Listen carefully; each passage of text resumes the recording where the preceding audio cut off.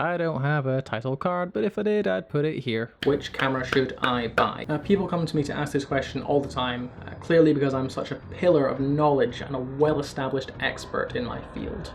Well, the truth is it doesn't matter, so okay, bye! No, but for serious, if you're a beginner, then presumably you don't want to invest thousands of pounds into something that you're new to. But with that in mind, the majority of cameras that you will find at the beginner level are just pretty much the same. Or rather, they're not different enough to really warrant worrying about it all that much, at least in terms of their actual image quality they produce. What they do typically offer though, for their various price points, are additional features and a better build quality.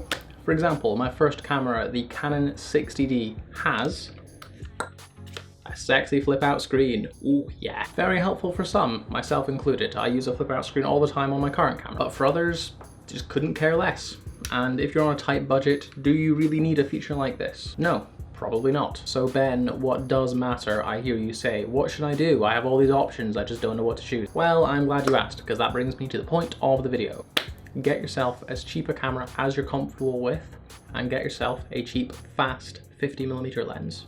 At the beginner end of the market, your lens choice matters so much more than the camera that it's attached to. Your lens literally shapes your image, and a fast 50mm will be an essential tool for any tool bag, so to speak, and is a great starting point for your photographic journey. Basically, every camera manufacturer sells a cheap 50mm or the equivalent focal length for whatever frame size camera you have. If you're really on a budget, you can even find cheap second-hand manual focus lenses online, and you can pick up the camera body itself from something like a charity shop if you really wanted to. But yeah, that's the end of the video really. It's just a quick one because I get asked this question a lot, so I figured it was worth a proper answer, if you could even call this a proper answer.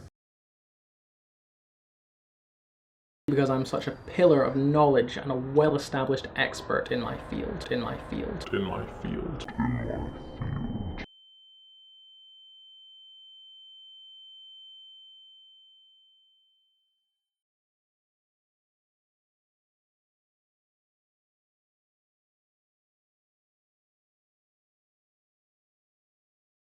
Do you get it? Because field.